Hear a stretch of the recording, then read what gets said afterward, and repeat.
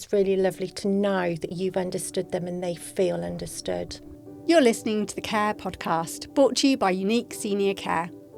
We're here to share honest, practical conversations to help you navigate your care journey. Today, we welcome Stacey, one of our client experience managers. Stacey brings a wealth of experience in being the first point of contact, bringing empathy and understanding to people whatever point they might be at in their care journey. Thank you so much for joining us today, Stacey. You're welcome. It's nice to be here. Well, one of the things that we often find is that people who are in need of care will put off asking for help, or they'll put off arranging care. Is that something you see, and why do you think that happens? Yeah, this is something that we come across quite often.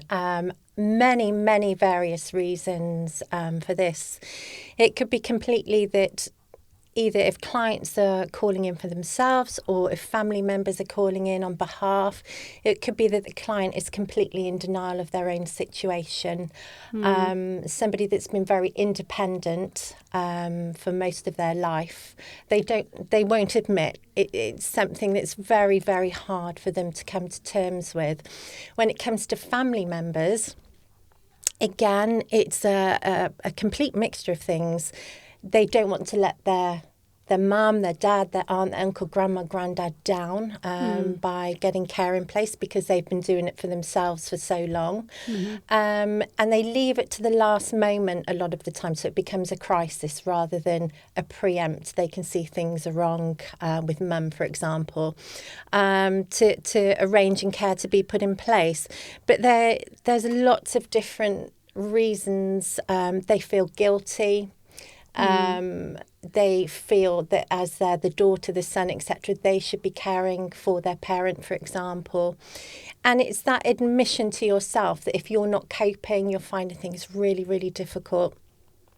You have a whole load of emotions as, a son or a daughter. So it's difficult. And again, as I've said, just only seconds ago, people leave it to the last moment. But it could, again, be something like cost. It could be financial. So, but there are lots of different things that we can advise people to help them and support them on their journey. And we are the people that they speak to help with that. So we have lots of different solutions and ways around being able to help clients and their family members. So your role is like that first point of contact, really. If they want to find out more about what care involves, you would be that first person that they might speak to on the phone or might have some email conversation with them. Yes, absolutely. So when people call up, it's all about listening to them, finding out what they want for their family members, their loved ones, or even for themselves. And it's just listening, understanding, talking them through the whole process and explaining to them how we can help. There's no rush, there's no time pressures. There's nothing that they have to sign their life away to say, yes, we need to come with you for care. It's something that sometimes takes time, takes thought processes, and for people to be at that point where they actually do say yes, and we're there to guide them the whole way. And they can go away, think about it, come back to us, ask further questions. As I say, everything at their own pace.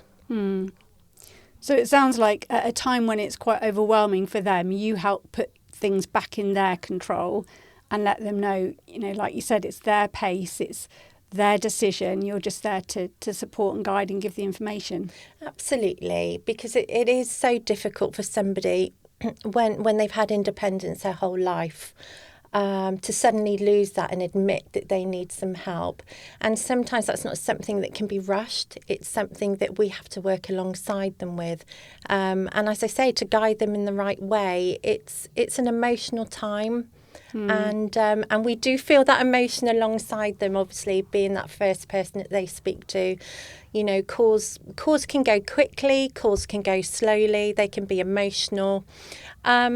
And we've got to feel that with them. If we've got that empathy and that understanding, they get that support from us and they get that understanding and they feel listened to as well. And is there anything else that you do if someone is worried about taking that first step, just to help them know how to move forward? Yeah, absolutely. So, for example, if it's a family member, that we can give them as much information as possible on the phone. We would also then send literature to them via email, or if they wanted literature for a family member that doesn't use email, because we're not all tech savvy, especially the elder generation. So we send literature out in hard copy, so they have brochures. If they in turn would like a care manager to come out to meet with them, obviously that's part of our process anyway. Or if they would like a phone call just for reassurance, and we always welcome more questions. Go away, talk as a family, come back to us, ask more questions. There are so many different ways in which we can help. So if there's somebody sitting at home now watching this mini podcast, what would you give them in terms of advice if they're not sure about how to take the next step? Yes, so there are two types of people that ring up. You have on one hand a client or a client's family member that would have done every single bit of research. They would have spoken to friends, spoken to other family members. They would have been online. They will check out everything about a company. On the other hand, you've got somebody that calls through. They haven't got a clue what to expect. It's their first time. They're very emotional. These are the type of people that are very emotional. They don't know which way to turn. So they're calling us up, asking for help. That's the first word that they will say. And it's all about letting them speak, letting them say what they want, but also bringing that conversation background to a bit of structure, so I can understand them, I can understand their needs, and just give them the advice that they need to calm them down, and then we just go forward from there. So someone who's feeling overwhelmed, they don't need to do anything to prepare, they don't need to worry about not knowing what to ask. Actually, you will guide them through that and equip them with the right questions and the right things to look for. Absolutely. Yeah, we will, as I say, let them speak, and we will ask them so many different questions that they think, oh, crikey, I didn't think I was going to be asked that question.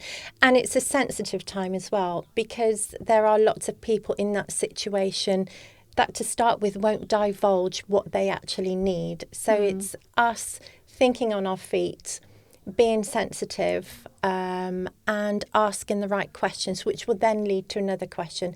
People then get a little bit more relaxed. We reassure them that, no matter what answers you give, it's not a wrong answer, and we can go forward from there and expand on that. And it might take a couple of phone calls, but by the end of that call, they are reassured.